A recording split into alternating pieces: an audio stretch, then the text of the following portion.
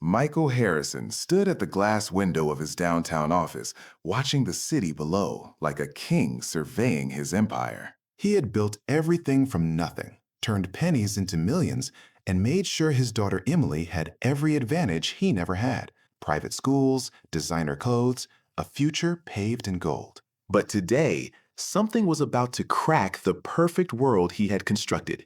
Emily sat in the back of the black sedan, scrolling through her phone as they pulled up to a red light downtown. That's when she saw him. His clothes were torn, his face smudged with dirt, but his eyes held something that made Emily's heart skip. Without thinking, Emily rolled down her window. The driver immediately protested, but Emily ignored him. "Hey," she called out to the boy. The boy looked up, surprised. Most people pretended he didn't exist. "Daniel," he said quietly.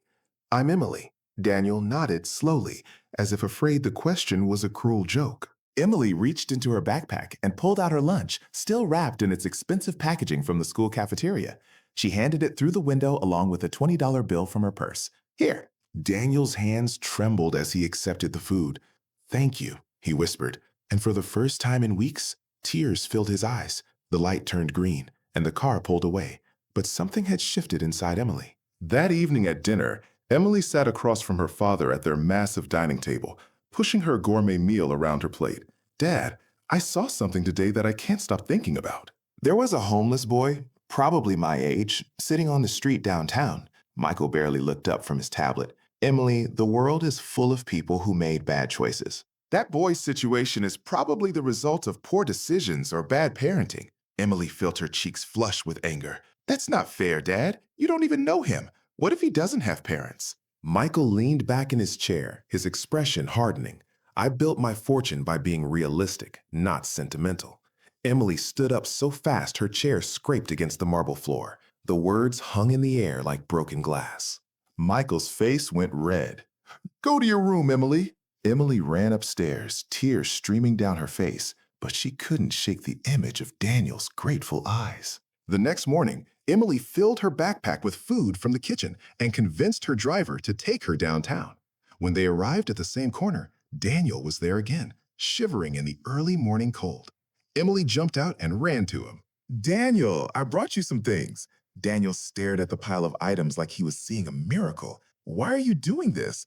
Emily sat down on the cold sidewalk next to him, and so Daniel told her everything. His mother had died of cancer 2 years ago. His father, unable to cope with the grief, had started drinking and eventually abandoned him.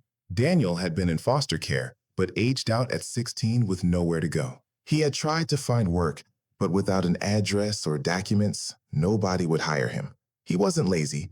He was a kid who had been swallowed by circumstances beyond his control, fighting every day just to survive. Emily listened with tears rolling down her cheeks. When Daniel finished, she grabbed his hand. "You're not alone anymore." And you know what? If stories like this make you believe in the power of kindness, then Humanity Tales Studio is where you belong. We share real stories of compassion and courage that remind you one person can change everything. Subscribe now and be part of a community that believes in making the world brighter. Now, let's see what happens next. One afternoon, Michael's assistant saw Emily downtown with Daniel and told her father everything. Michael was furious. He confronted Emily that evening with ice in his voice. "You've been lying to me, sneaking around with some homeless boy." Emily stood her ground. "His name is Daniel, Dad, and he's not just some homeless boy. He's a good person who needs help." Michael's voice rose. "You're going to focus on your studies and stop this ridiculous charity project." Emily felt something break inside her. "You gave me money and things, Dad, but you never taught me what really matters." "Daniel has nothing, but he has more heart than you've shown in years." Before Michael could respond, Emily did something that shocked them both.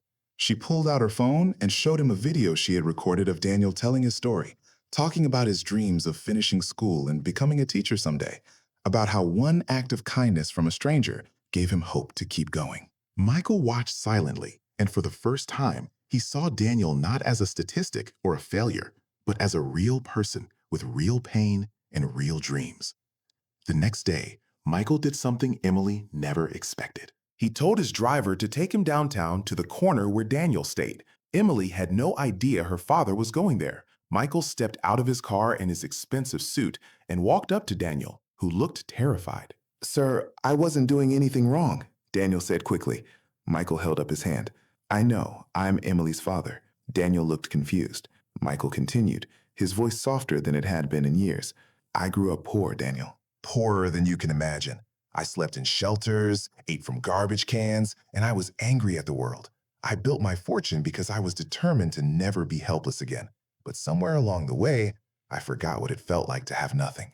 I forgot that sometimes people don't need lectures about hard work. Daniel's eyes widened as Michael reached into his jacket and pulled out a business card. "I own several businesses in this city. I'm offering you a job in my warehouse. It's hard work, but it pays fairly and comes with housing assistance.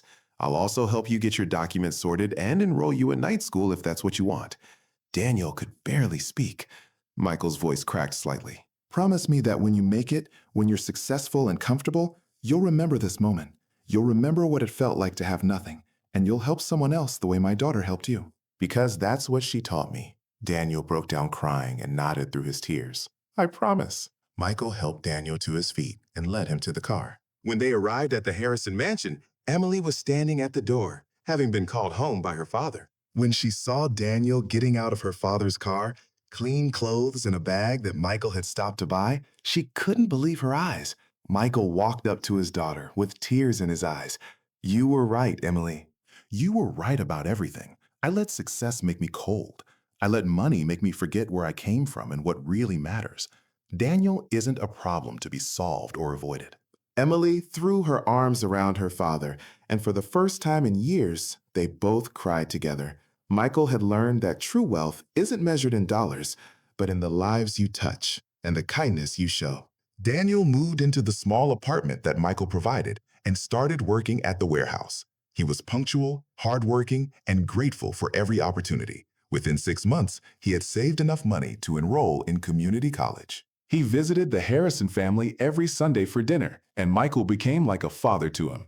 Emily had shown her father that one act of compassion could change everything, and Michael had learned that the greatest success in life isn't what you build for yourself, but what you build for others. Years later, Daniel graduated from college and became a teacher, just as he had dreamed. He started a nonprofit organization that helped homeless teens get education and job training. Michael funded the organization and became its biggest supporter. And Emily, well, she grew up to run her father's company, but she ran it differently. She hired people others overlooked, gave second chances to those society had given up on, and taught everyone around her that kindness is never wasted. The lesson was simple but powerful. We all have the power to change someone's life. It doesn't matter how much money you have or where you come from. What matters is that you see people, really see them, and choose compassion over judgment. Because sometimes the richest person in the world is the one who gives when they have nothing to gain. And the poorest person is the one who has everything but shares nothing. So remember, the next time you see someone struggling, don't look away. Don't judge. Just ask yourself what Emily asked herself that day in the car. What if that was me? What if all I needed was one person to believe in me? Be that person. Show that kindness. Change that life. And before you go, don't forget to subscribe to Humanity Tales Studio, because we're here to remind you every single day that goodness wins, love matters, and your compassion can change the world. Hit that subscribe button, share this story with someone who needs to hear it, and let's build a community of people who choose kindness every single time.